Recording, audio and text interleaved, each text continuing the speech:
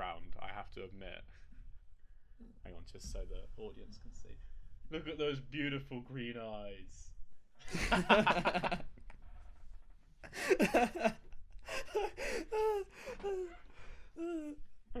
Oh, we're gonna Thanks, have a man. lot of fun with this. And welcome to the Mediocre Photography Show. My name's Ben. And my name's Jack. And today we're going to be talking about how much you need to plan your projects. So yeah, how have you been, Jack? It's been a couple of weeks. What's been going on? Yeah, it's been good. I've officially finished the run of work that was by the end absolutely killing me. Nice. But got there in the end, only to start back at work tomorrow. Brilliant. So it's great. Well, how was volunteering? Yeah, it's all good. It's all good. I'm actually, unfortunately, off this week. My mum and my sister have got symptoms, so I'm in lockdown for 14 days. I feel like, infecting a coronavirus lab with coronavirus is probably not the wisest thing to do in the world. No. So at least you get samples quite quick. have you been up to much photography? No, not really. Since the last photo conversation, I don't think I've taken any photos. Just because I've been working and haven't had the time or the energy to do so. So, yeah, it's been a bit, not a lot. Fair enough. Well, my family, before we were quarantined, of course, went out on our government mandated daily exercise, and we decided to do a treasure hunt on a cycle ride, and Right. I had to photograph several items, and I used a little Canon at 28 for it, which I'm not entirely sure if it still works, but it's always given quite fun images when it has worked in the past. So if you're interested, I might put some photos in the in the podcast if they get developed on time, if the film has come out, which I think could be quite fun because it's a little toy camera thing, which is quite good. But other than that, it's been pretty much the same as you. I haven't done much photography. Been quite busy. But I am quite interested in the sort of the notion of the 14-day lockdown and maybe producing work around that, strictly confined to the house, and seeing if I can make some interesting photographs using that instead. Yeah. So we'll have to see what happens. Yeah. Cool. Well, speaking of the photo conversation, shall we do the photo conversation from a couple of weeks ago? Yeah. I know that we've discussed it. We've discussed it on the Instagram, but maybe we can discuss it in a little bit more depth together and get the sounds good. Get the reactions that way instead. Okay. Do you want me to start? I can't remember who started last time. Oh, bloody hell. You know what? You go for it, pal. You crack on. Okay, I will start. So obviously, as a reminder, the word was spectrum. As I sort of said on my explanation, I thought there were two ways that you could go. You could go with the sort of the colourful rainbow spectrum, or you could go for the opposite ends of the spectrum, which I went for in the end. I felt that related, or the idea that I had in my head related a bit more to the previous work I've done, and I sort of went for like opposite ends of the spectrum in terms of my health during this lockdown or quarantine or whatever you want to call it. And so yeah, you've got two figures, one slightly shaded. No, not shaded. See-through, like a see-through figure. Translucent. Sorry. Um, you got a translucent figure hunched over facing the wall, and then you have me, non-translucent, not facing the other way, and it's sort of a very visual way of sort of explaining my health can either be this end of the spectrum or that end of the spectrum. So but yeah, it was good fun to do because I've never really edited something like that before. It was the first time I sort of done it like that. It took a lot of YouTube videos to watch and to do it. So Yeah, it's good. It's a very soft photo, isn't it? yeah, yes. Was that deliberate The or? sort of the it's sort of based. I wanted a bit of a sort of grainier slash bit more blurry, bit more like slightly more sort of less technical quality. Image sort of had a lot of Diane Arbus and Francesca Woodman on my feed last week, and so I sort of took that into account and played around. I was just sort of I sort of lucked out with the picture of me slightly blurry anyway, and so I sort of thought I'd go along with it, and yeah, I think it just adds to the image, I think, or at least the concept of the image. But no, I like it. Yeah. Okay, yeah, it's interesting. It's as always, it's always a very poignant photo. Very interesting to see what goes on, sort of in the inner workings of Jack. I like the idea of mental health and how you can kind of look at that and using the word spectrum to define that. Sort of it almost, have you ever seen the how happy are you feeling from 1 to 5, and they've got like the emoji faces. Yeah, Kind yeah, of like reminds at me of that a airports little or bit. something. Yeah. Yeah. Yeah, it's interesting. Very interesting photo. And gotta love the sexy nips in there as well. The nips. I'm surprised it hasn't been taken down because they're so goddamn sexy. But Don't flatter yourself, honey. no, they're unbelievably massive. And moving on. And moving on. Your image. To my photo, yeah. So mine is actually not one that I took this week. This was one that I took pre-photography. I think I took this back in 2015, 2016. And what it is a sort of like a gift bag for a bottle of wine. And it's got like kind of sequins printed on it, and the sequins will bounce the light back into its own individual wavelengths, hence why you get the weird rainbow pattern. So literally all I did was I shone a torch at it and managed to get that reflection. And then what I did was I had a glass which was filled to the very brim, and I dropped I think it might have been like a screw or like a bolt in it or something that was quite heavy, and it made this archway of water. And the problem that I had was that, as we often do, I misremembered how good this photo was. When I went back and revisited it, I was like, oh, this isn't actually as interesting as I wanted it to be.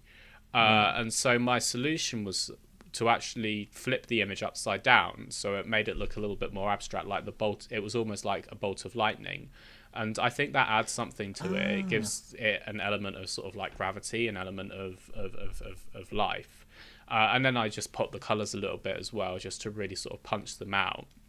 But what I absolutely love about it is that you have two different impacts of breaking the wavelength into the individual beams. You've got the splitting of the wavelength on the background itself, but then if you have a look at in the stream of water, Mm. it's actually acting as a lens and reconjoining that, and that's why you get that whiteness as well, which was definitely not deliberate, and purely, a happy accident. But I thought that was quite interesting as well. Yeah.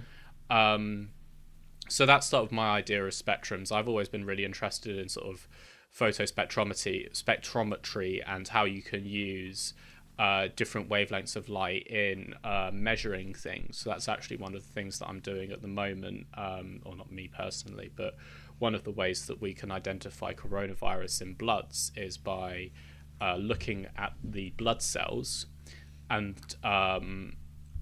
the white blood cells will have a genome that has changed, and we can identify that with that genome by putting it through a photospectrometer, and that genome will come up a different color than all of the other ones. So it's a very, very interesting thing, sort of light, how light works, how light reflects off. So that's the image. Yeah, do you know what you mentioned, the bolt of lightning thing in your little explanation, and realize until I just turn my phone upside down just now, and I was there like, oh I get it. I get it. It's the drop of, I thought you were just tipping water out. No, it's actually the detail inside of the water is super cool. Yeah. It's interesting. I would love to be able to revisit this kind of idea, but the problem is that I don't have the camera with that macro lens anymore. It actually got stolen. So if I revisited that idea, I don't think I would get the same kind of results that I was expecting. Yeah. But yeah, it's a really interesting little idea, and it was just a fun, quirky sort of idea that I had one day, and it killed a couple of hours, so I can't complain too much doing it. It also made an awful mess of my desk with all the water because I didn't put any kind of towels down or anything like that. But You idiot. So, Jack, would you like Yes. to choose a new word for us? I will generate the random word. Are you ready? Generate away. Ready? Steady. Yeah. Generate. Generate. Ugh. The word sucks. It's coverage. Coverage. Coverage. So, as always, guys, if you want to create some coverage, use the hashtag #mediocre conversation in order to get involved. And as always, if you submit your photos, then you might have a chance of being featured on the show, which is always an interesting coverage thing to have, and it will give you some very good coverage. Oh, I said that whilst you were talking. Really wish I'd said it louder. You probably. I really wish that Skype hadn't cut it out. No, yeah, well. I bet you'll really wish that I didn't cut it out the episode. Lol. Oh, and Ben made the joke.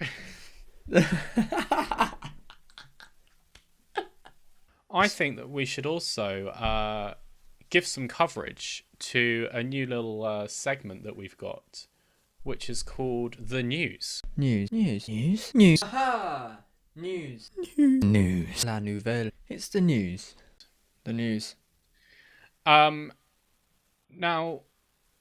as some of you may be aware, or for some new listeners that may not be aware, even though we are a photography podcast, we made the decision very early on not to talk about cameras very much, or not to talk about kind of tech and the new thing from Canon has just come out and done this, because honestly, it's not.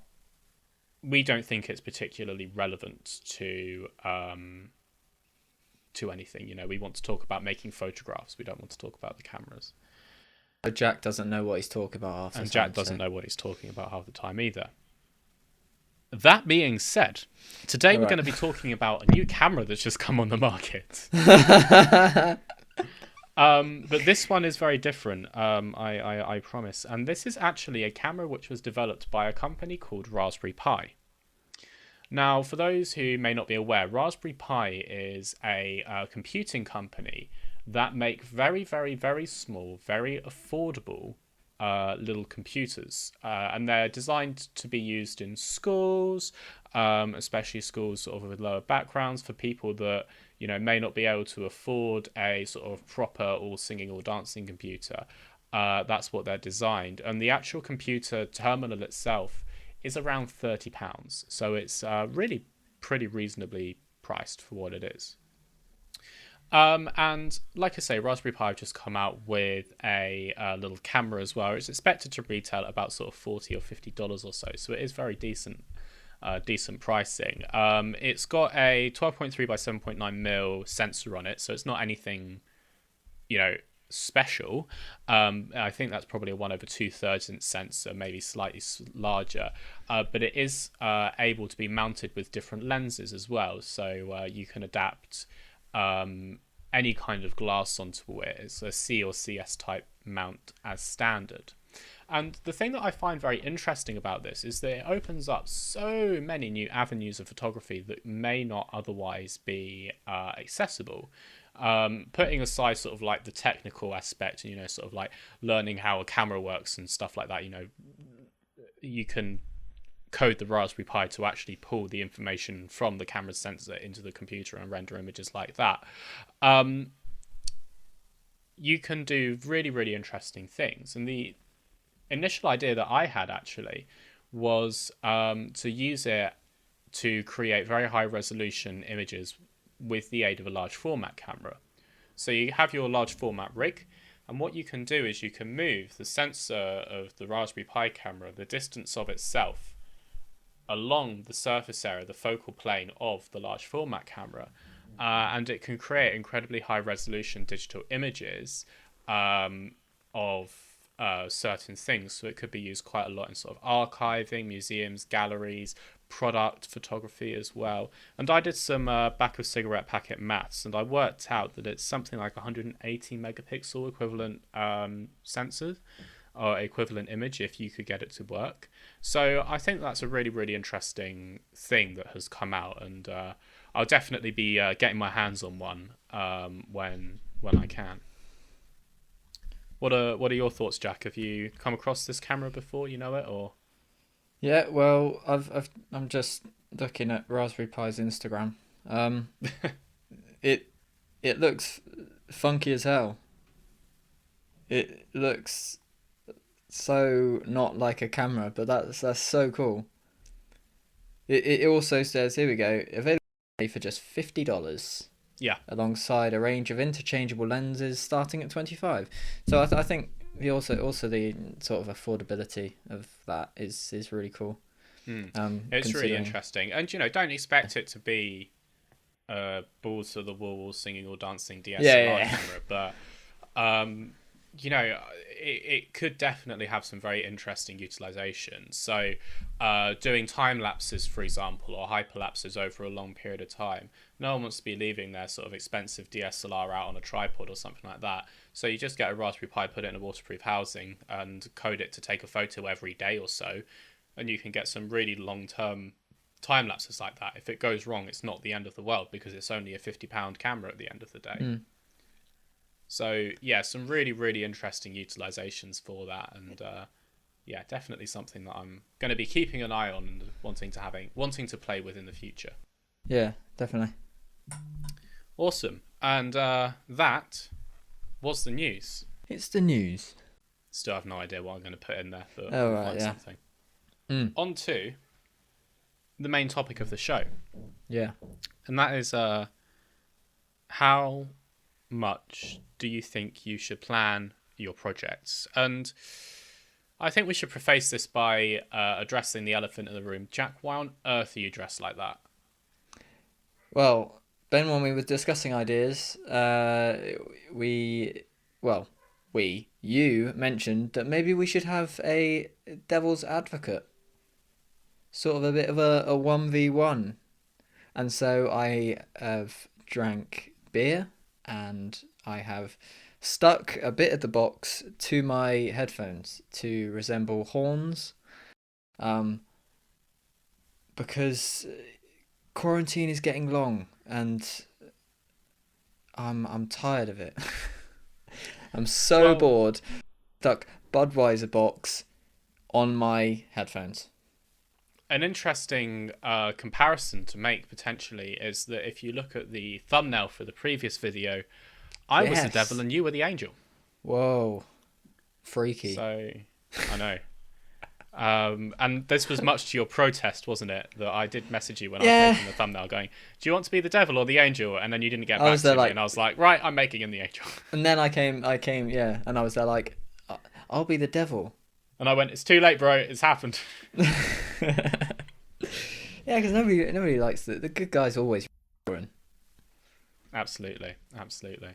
So, yeah, I think we should talk, first of all, about, what we're going to be talking about today is the relevance of research, shoot plans, sketchbooks, and documentation in our projects. And we'll talk about that as when you're doing the degree and sort of after you finish the degree.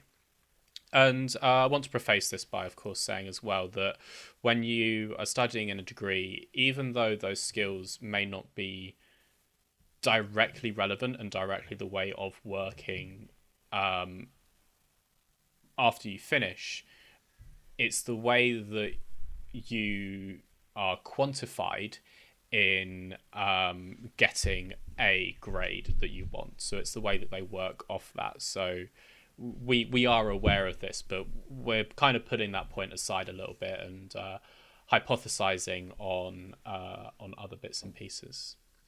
So yeah, first of all, I think we should make the case for researching our projects, and by research we mean looking at thematic, technical, primary and secondary research when you're starting a project, and then also as the project is continuing. And I would make the case, first and foremost, that the skills taught when you are researching is actually very important when you're after you finished your degree. Even though you may not be researching to the same extent, it's those skills that you get taught which will allow you to sort of improve, think more critically about things, and get better results, whether that be in working life or furthering your projects anywhere else. Well, let me be the devil's advocate for a second. Go on then. Well, I'd like to start by saying personally that I believe that sketchbooks and the skills involved important and very transferable into postgrad projects. But for the sake of the show, I think that the sketchbooks and skills involved when making them are not important and non-transferable to postgrad projects and life. Right? Why? Oh, well, you mentioned research. I did. Yeah, okay. Well, I believe that research is useless because I believe that creativity should be spontaneous. And when you come up with an idea, it's sort of off the cuff, and people then do research, maybe a little bit subconsciously, with their project in mind. So their research is based around their idea of and their picture that they have in their head of their project, and that sort of I as the devil's advocate believe that this it sort of renders research useless, because aren't you meant to learn stuff and sort of, yeah, you're meant to learn stuff, not base your research around your project. Yeah, I can definitely see that point. And, to further that as well, you often could look for elements of your own project and other people's work in order to make it relevant, Yeah. even though it's not. So, famous sort of phrase from our degree was that the research is relevant but not meaningful. Full. Yes. To Great quote. counter that point, I think that is it's definitely an interesting point. It's definitely something that can be aware of, but you need to be thinking more about research skills that you have in order to mitigate that and make sure that you're not falling into that trap. And as you progress further, you are going to be making those mistakes. You are definitely going to be looking for correlations that aren't there, or as Jack said, looking for research that isn't directly relevant. But as you improve as a photographer and as you research into how to research, then you'll find that actually you're more critical with what is going to be relevant to your work, what isn't going to be relevant to your work, and therefore what you should be including.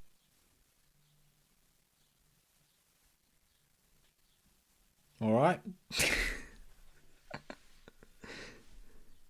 What are your thoughts on that, Jack? Do you agree? Do you disagree? Yeah. Maybe. Well, this thing with research, that as you're looking into something as deep, and it is sort of coming back to it, is that if you're is it really needed? If you want to be something new and fresh and you want to like make it, you take bits of inspiration from like other photographers, other artists, other writers, all of that. But if you want to be really new, do you need research at all? For example, like who did Andy Warhol research? Oh, I knew that argument would come up. Yeah. No. Seriously, who do you reckon he researched? Who did Andy Warhol research? Because he was like, God. he was like new. He was person, the man for pop art and stuff like that, and it genuinely just come to the top of my head. When was he? Who was before him? No, mid 20th century, 60s surely. Oh, sorry, he was born in 1928. Yeah. He was born in God, he was. Would have been like 1950s, 60s, yeah. But who did he research to be who he was? Off the top of my head, I would guess Picasso. Yeah. Well, yeah. But that's the. Was I right? No, I don't know. Oh, right. I'm not Andy. I'm Warhol, am I? But but like that's what. Yeah, if you want to I'm guessing he took inspiration from everything because his work is completely mad. But yeah, it's an interesting thought that, if you want to be like a revolutionary, then you sort of just got to go away and create your own thing, and maybe research. You take bits from other people, then you might take too much from them, and it sort of becomes a bit like copying.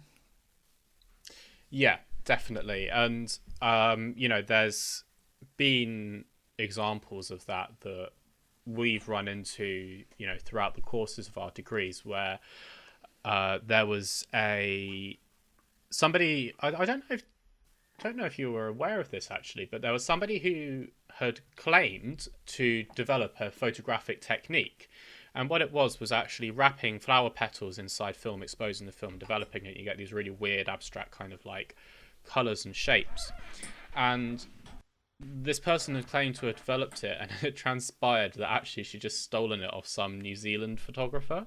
Oh God. And the lecturers turned around and were like, look, this is plagiarism. You can't use this. You have to be different in some way. And she was like, oh, but I've got permission from the photographer to redo it. And it's like, yeah, but it's still plagiarism. And you're definitely going to get that. I mean, absolutely. But one of the things that I like to think about is that as undergraduate photography students, we're not, our job isn't to set the world of photography on fire. Yeah. You know, we, it's very rare that an undergraduate photography project is going to be so unique and so novel and so out there that it's going to, you know, completely change the direction of photography forever. Realistically, that's not going to happen. And if that's your expectance of being a fine art photographer, then I'm sorry, but you're going to have a hard time. Forget it. To go back to an element of research, yes, absolutely. You know, you taking elements of different people's work is often, sometimes, if not done appropriately, a diminishing act to your own photography, because you're just copying a different style. Yeah. But again, that isn't what good research is. That you have to think about what elements you're taking from that photographer, whether it be an element of their visual language that you like, whether it be an element of the narrative that they like, whether it be an element of how they do their research that you like, and you combine that into your own kind of mixture of visual language. It's the same as being a scientist.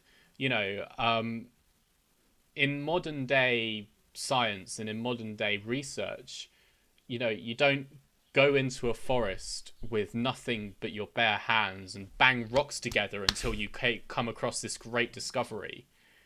You collaborate and you combine with different scientists and you get ideas and you go, oh, that works well there. Oh, but that doesn't work well there. And that's how you create novel and interesting results. As far as what, you know, as far as the Andy Warhol argument is, I don't know. It would be very interesting to see what he worked with. But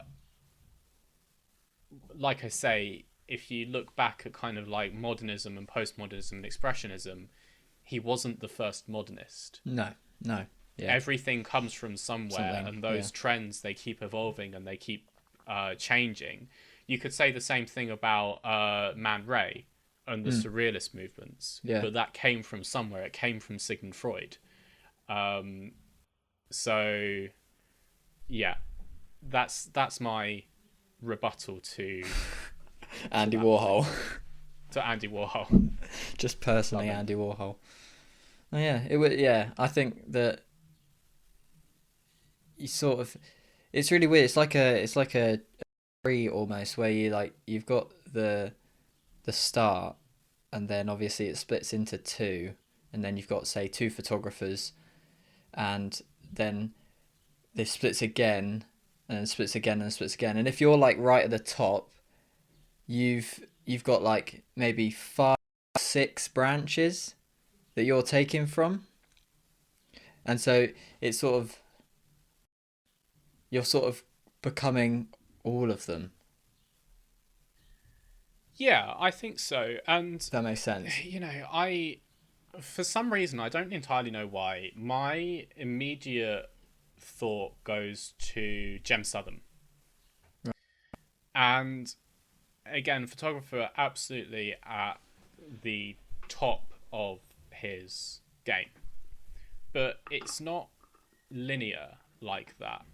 The Jem Southam has an idea of what he wants his images to be, and he will research quite a lot of literature. He'll research quite a lot of books into that. So he's not actually researching a lot of the time other photographers, but he can still look at contemporaries and go, "Oh, I like that," and he'll still look at the British Journal of Photography and go, "Oh, that person's doing something really interesting. Oh, I like what Jack's doing with that kind of visual style. I doubt it. I'm gonna be working with that as well. I really doubt that's gonna happen. But okay, yeah, hypothetically, yeah.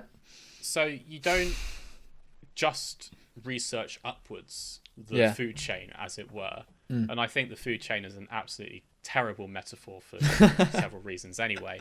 But you look down and you look around, Yeah. and you get, you research everything that you possibly can.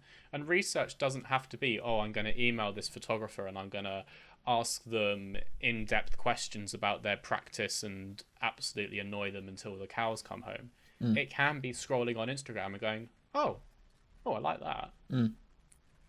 And, oh, that's an interesting idea. Let's try that out. And that's all that research has to be. You're expected to work a lot more critically than that at a degree level. Yeah. Definitely. Absolutely. If I turned up to a research seminar with a mood board from Pinterest, they'd probably just kick me straight off the degree. They wouldn't even interview you. Yeah, but the skills and the part of your brain that you're using is still there. So yeah, that's my thought on it. Very, very good thought. So yeah, research is very important. What about shoot plans? Something that I have struggled to argue against a little bit more, because I have never done a shoot plan. Well, no, I think it see with my work, I think you might be right, but with my work, I've got to plan locations and where I'm staying and what cameras I'm taking when and where and how. But with you take pictures before I go where the wind takes me. Yeah. And you just take a camera out and you shoot before you've even come up with anything. Yeah. So I think it's... If my dog would stop barking...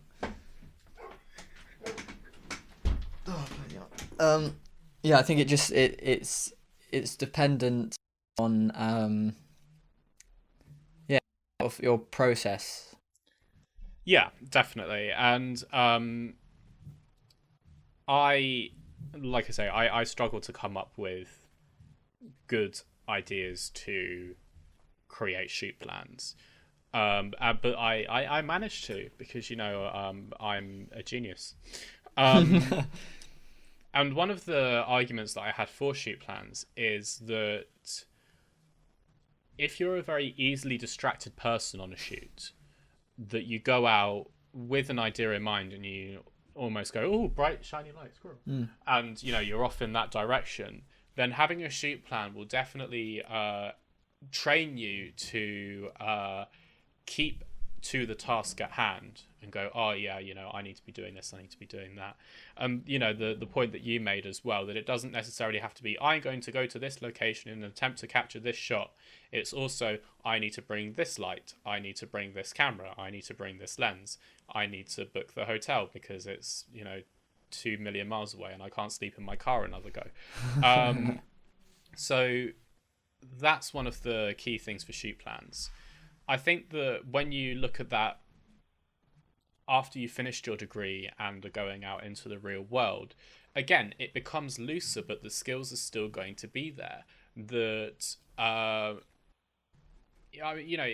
when we talk about my practice and my work, which is, I'm going to go out and take some photos and see what happens, I still have to think, right, I'm taking out my large format camera, therefore I need my big tripod, I need my light meter, I need my focusing glass, I need my dark cloth, I need my dark slides. Is there film in my dark slides? Have my light meter got a battery in it? And there's still this mental checklist that I need to go through. And I actually have a piece of paper in all my camera bags that go, right, do you have this? Do you have this? Do you have this? Because the amount of times that I've got up to Dartmoor and left my film in the car, or left my dark cloth there, or not had the correct footplate on the camera, is embarrassing.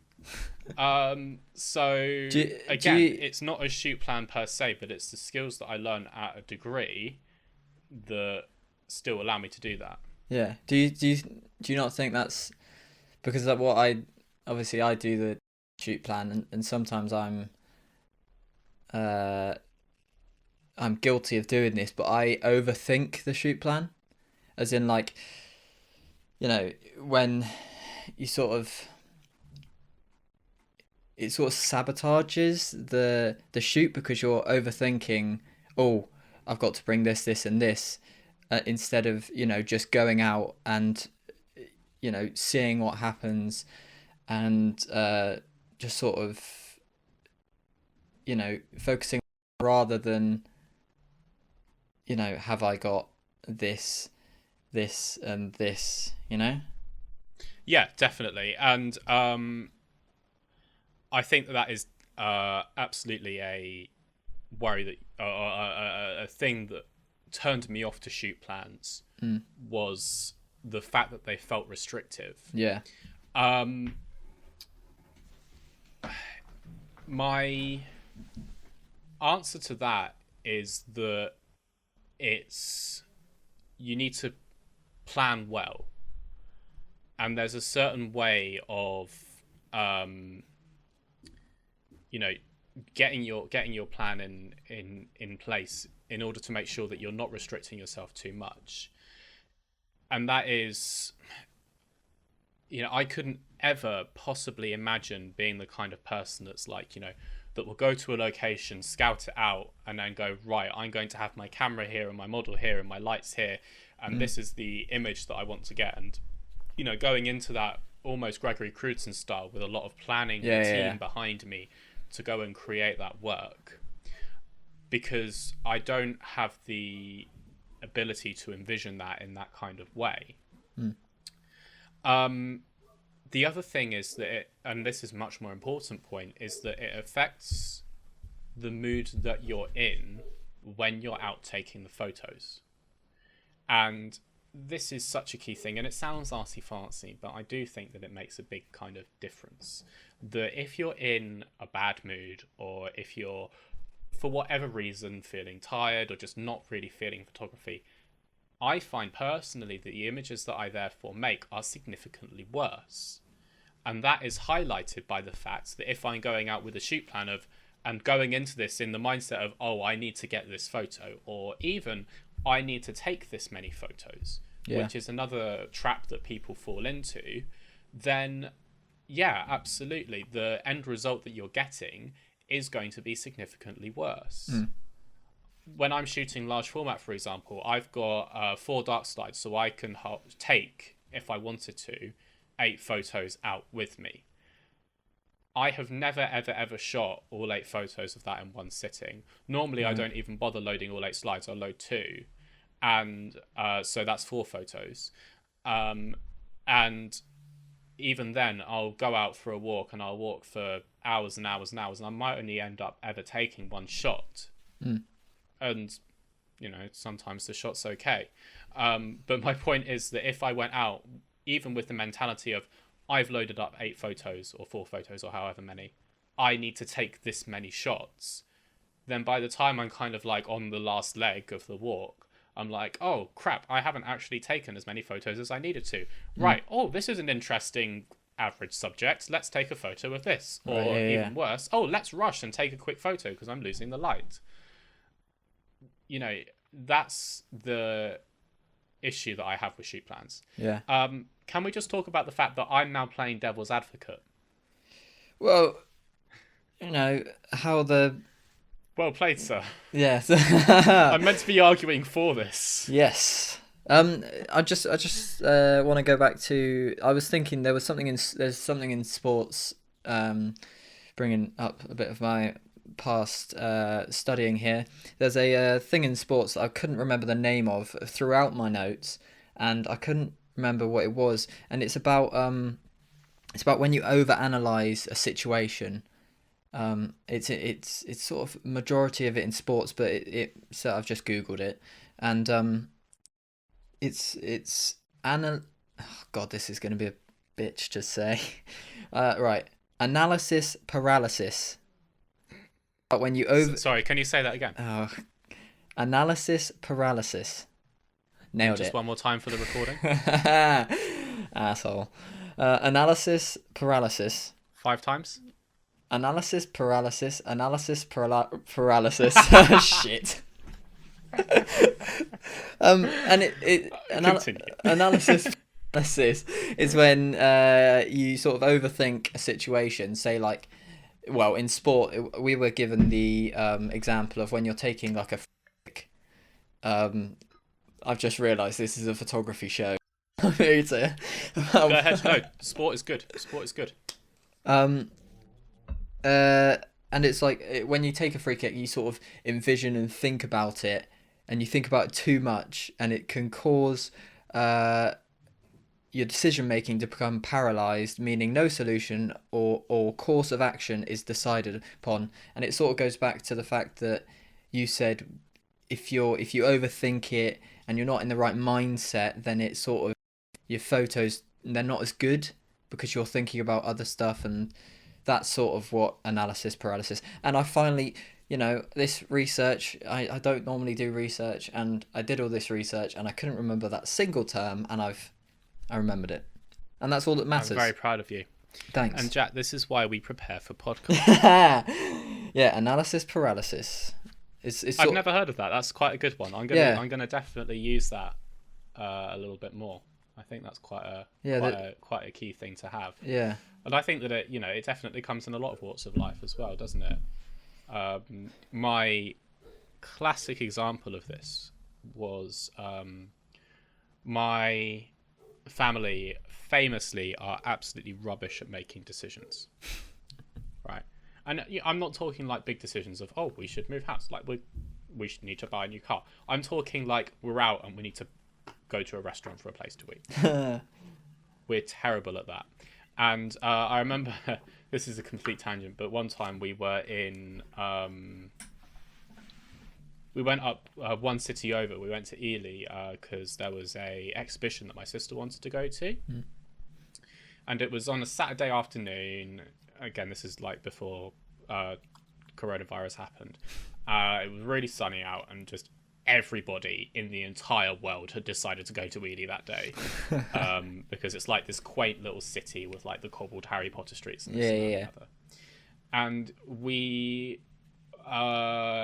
said, we'll get some lunch while we're there, and we ended up walking around for a good hour or so, going into different cafes.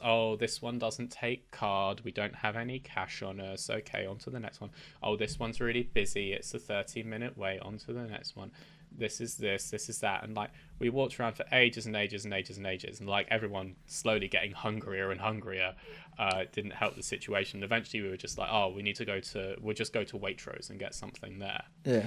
And we went into Waitrose, and it took us half an hour for all of us as individuals to decide.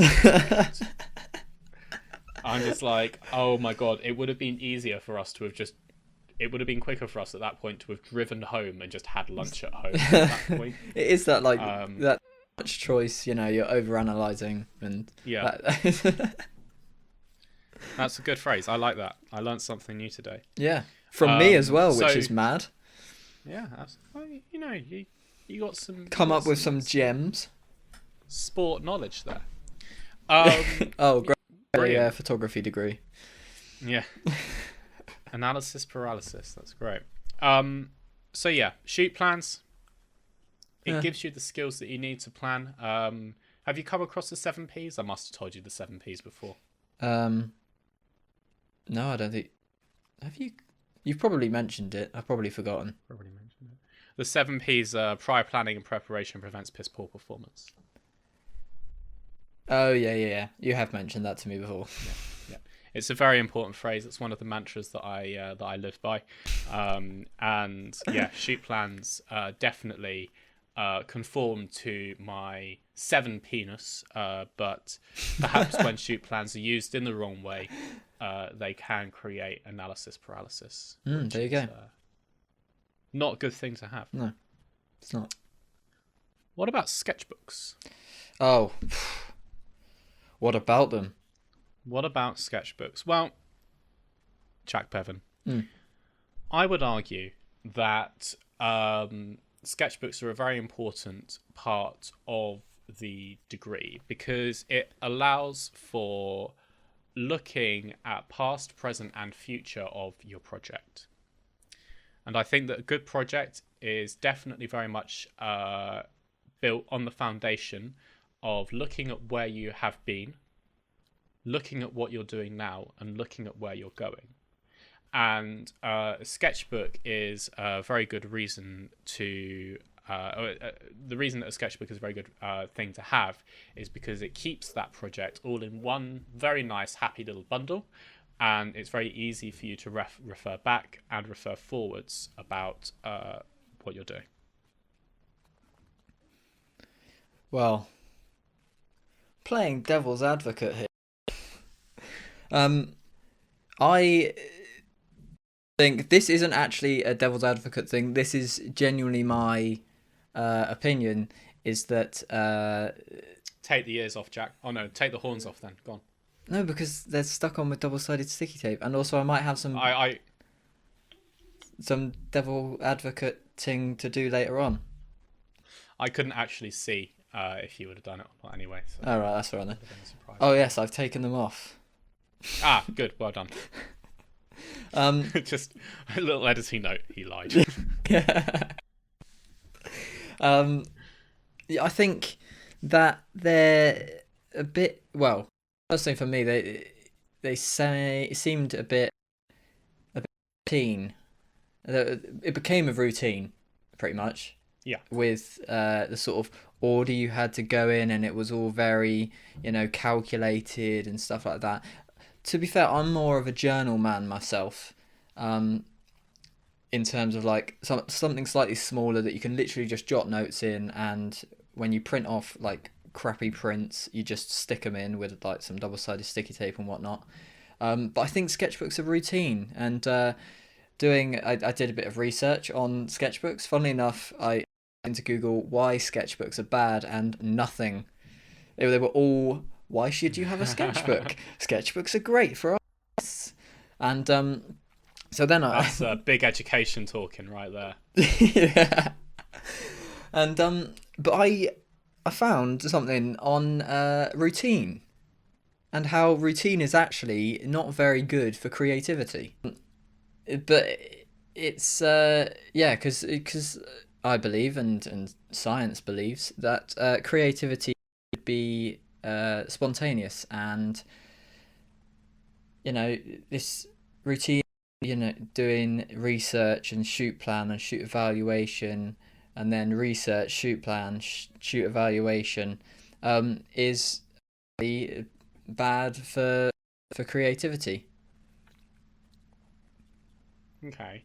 And why was it that routine is bad for creativity? Well, it sort of, it links back to planning side of it. I do have a quote from it's sort of about routine and sort of about planning to stick in your shoot plan and then stick in your and all of that, and it's from an artist named Mark Chagall, probably. Have you heard of him? I have not. No, he was an early modernist. He was known for creating multi-format art, and he came up with a quote: "If I create from the heart, nearly everything works. If from the head, almost nothing." And I think that sort of lack of planning, lack of routine, and just sort of doing the art, it does help the work. Okay, yeah, absolutely. I definitely can't argue with that. I think that sketchbooks are absolutely a form of routine, and that can sort of limit your creativity. However, the argument that I would counter with is the impact of having a routine in your sketchbook. Actually, I've got two arguments to make. Oh. Actually, yeah. If the impact of having a routine in your sketchbook is that, then surely the routine when you're actually creating the work and going out and taking the photos doesn't have to be routine as well, that they can be two separate things. And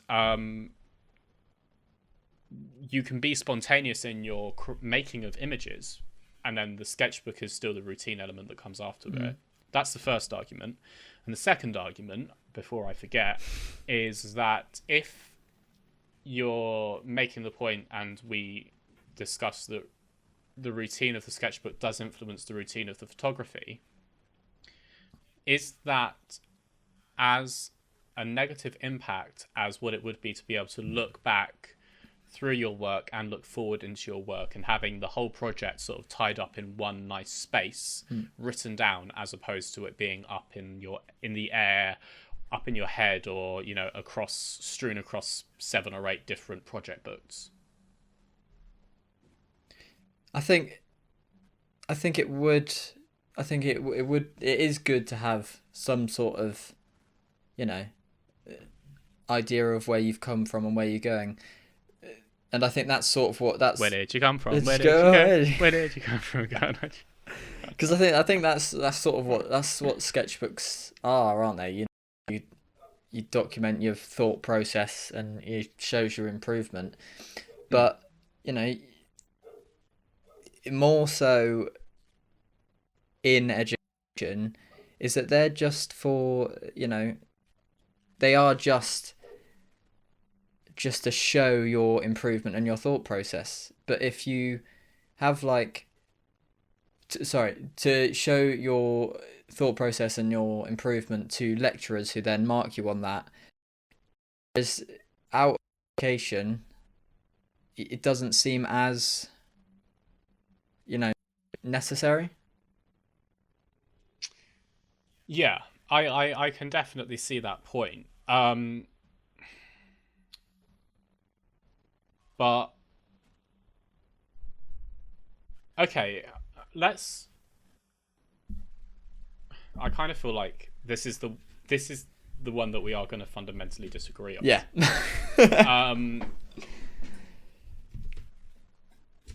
Why I'm having this argument, like this genuine argument, is because sketchbooks, they are notorious for making me late for deadlines.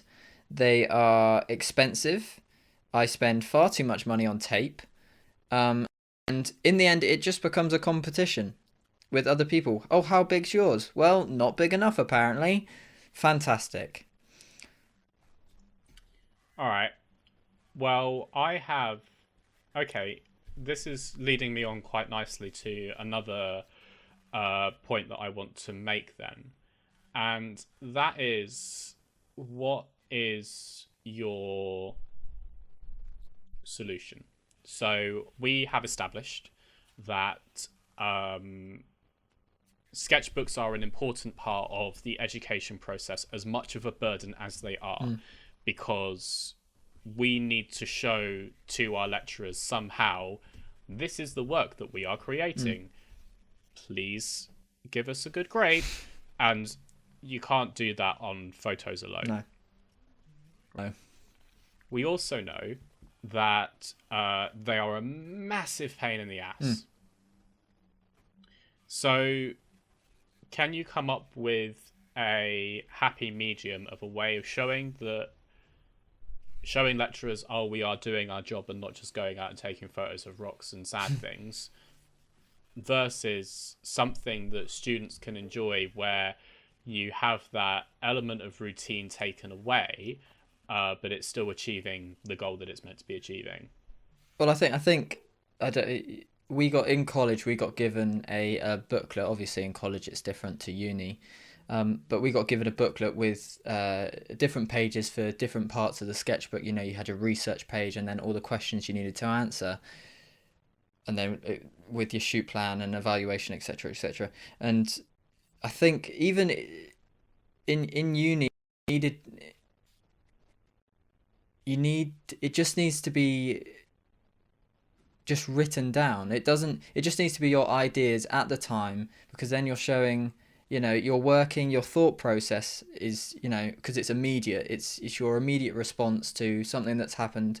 It's your immediate response to a shoot. You could be on the shoot, jotting down in your journal on the way home, on like a train or something, how the shoot went, and then you just hand in this journal. It comes a problem with like where the hell do you put your photos, because your journal's very small. But I actually for one of my projects I think it was for How Blessed You Are, um I took a journal with me and I literally just photocopied my pages and stuck them into my sketchbook, and that project has given the highest grade out of all the projects, and I am known for just absolutely screwing my sketchbook work up. That's sort of what's let me down over the last 3 years, and so I think maybe have it not so formal.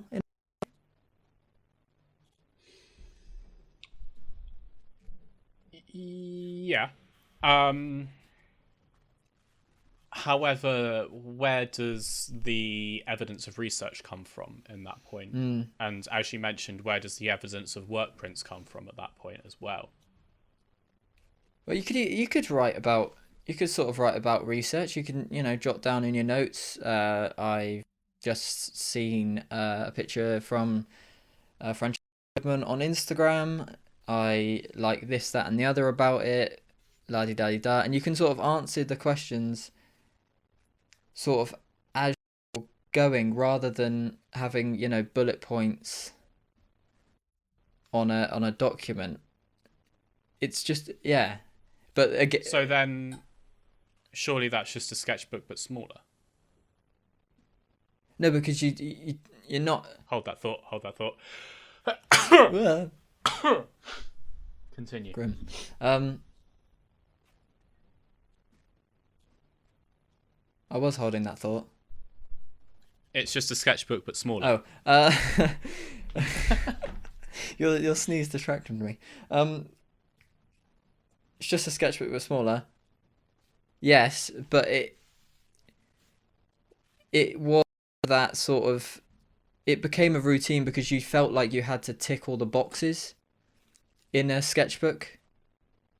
I think my point is more at what had to go into a sketchbook rather than the sketchbook itself. They're far too big and far too expensive, but it's what had to go in rather than the sketchbook itself. But you still need to be providing evidence. So how can you effectively provide evidence that you're doing what you're meant to be doing in a different format? Is what I'm asking. Because you're right. You can't change the boxes that need to be ticked here. Theoretically anyway, not in this discussion. So how can you make the box ticking more bearable?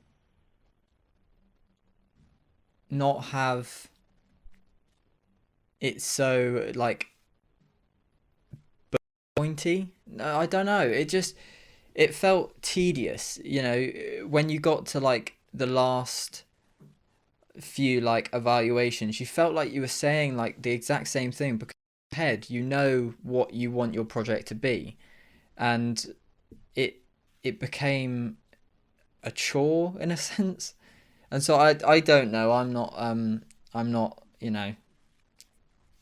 going to change the world with my ideas on sketchbooks. But yeah, I don't know. They just became and a lot of people I know were focused mainly on just sticking stuff down rather than what was going in. Yeah, that's an absolutely perfect metaphor, actually. And I cannot disagree with that whatsoever. I hated, like you, I absolutely hated the sort of what the sketchbook had become. And I experimented in lots of different ways with how I can make sketchbooking more bearable. Um, Personally, I hate handwriting things, so I ended up typing a lot of the stuff out on the computer, printing it out, and then sticking it in. One of the projects I actually typed everything out on a typewriter, which was quite an interesting result. But I actually settled on the last project, and definitely going forward into master's degrees, this is what I'm going to be working with if I have to sketchbook again, was actually working with an online blog. Mm. Because the online blog, you can keep it on your phone, you can keep it on your website. It's accessible for everybody to see. B, instead of, oh, this is a really interesting extract from an online article I found, copy it, paste it into a Word document, print it out, stick it in a sketchbook, just copy it straight into the document. Oh, you need to make a source for it? Okay, let's just copy the URL as well. You also have the ability with it to work a lot more freely, I found. And it looks a lot neater straight off the bat as well, which is, you know, And if you've ever seen my handwriting, is atrocious, absolutely awful. I think before you carry on, and I think that that was one of the sort of worries with a lot of people, that especially in the first few years, especially, well, with me personally, was how does it look? And by the end, I didn't care about how it looked, but in those first couple years, I was very, very worried about how neat it was, how everything had to be straight and typed and printed and had to be on the same text and the same spacing. And I think that online blog, I think I might, you know, if I were to do another sketchbook sort of deal, do that. Yeah, as well. Absolutely. And I think coming back to the idea of a sketchbook in post-university life, I think that something like a blog is a lot more useful to have to achieve the same advantages of a sketchbook without necessarily the same disadvantages. It's a much cleaner way of working. You can go, oh, I had this idea, and then you can go back and you can research those ideas later on. It's a very easy thing to reference. Instead of, having to evaluate every single shoot that you do, you just put the photos up as as low resolution images, and you can just quickly refer back to them. When you're looking at research, instead of writing a massive artist bibliography, you can just go, okay, here we go, boom. These are some photos of, I don't know, Dan Wood that I like. So that's would be my solution. And personally, I'm definitely not reaping what I sow here, because I don't do that at the moment. But it's something that I need to get back into and do a lot more of. As far as doing it at university, what I would very much like to see, and again, your mileage for your different courses may vary on this, but definitely on our course, we were very heavily encouraged to do sketchbooks. And when I went and tried to experiment with an online blog, I actually had to go all the way up to the head of faculty and try to explain it to him, like the advantage of doing it that way. And people take it for granted, and I sort of wanted to think outside that box. And I'd quite like to see that change, just giving the students the freedom to work a little bit more how they want to work. Again, changing the boxes that need to be ticked is definitely a conversation for another time.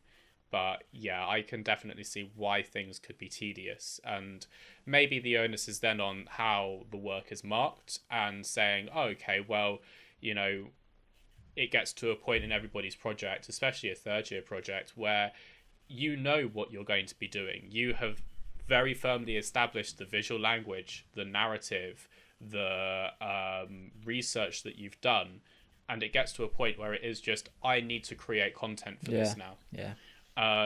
And maybe lecturers could be more accepting of that and saying, okay, let's let them go and make more content for that and see what happens. All right, so Um, is there anything else that you wanted to say before we As signed off, as Jack? advocate. As the devil's advocate. Well, no, not really.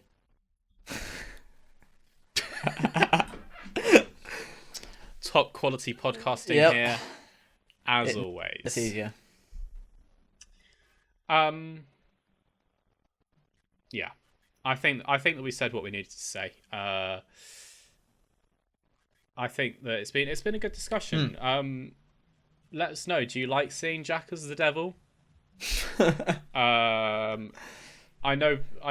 Jack, did you enjoy being the devil? I know that you were hating it. Definitely. But in retrospect, looking back, do you think that you Played a good devil's advocate. played a good devil? Well, apparently it's what I've googled about it. It's an important quality to have. All right, pal. Well, without further ado, I think we should call it a day there. Where can we find you, Jack? At Jack Henderson Photo. Where can we find you, Ben? You can find me at Ben Bullman Photo.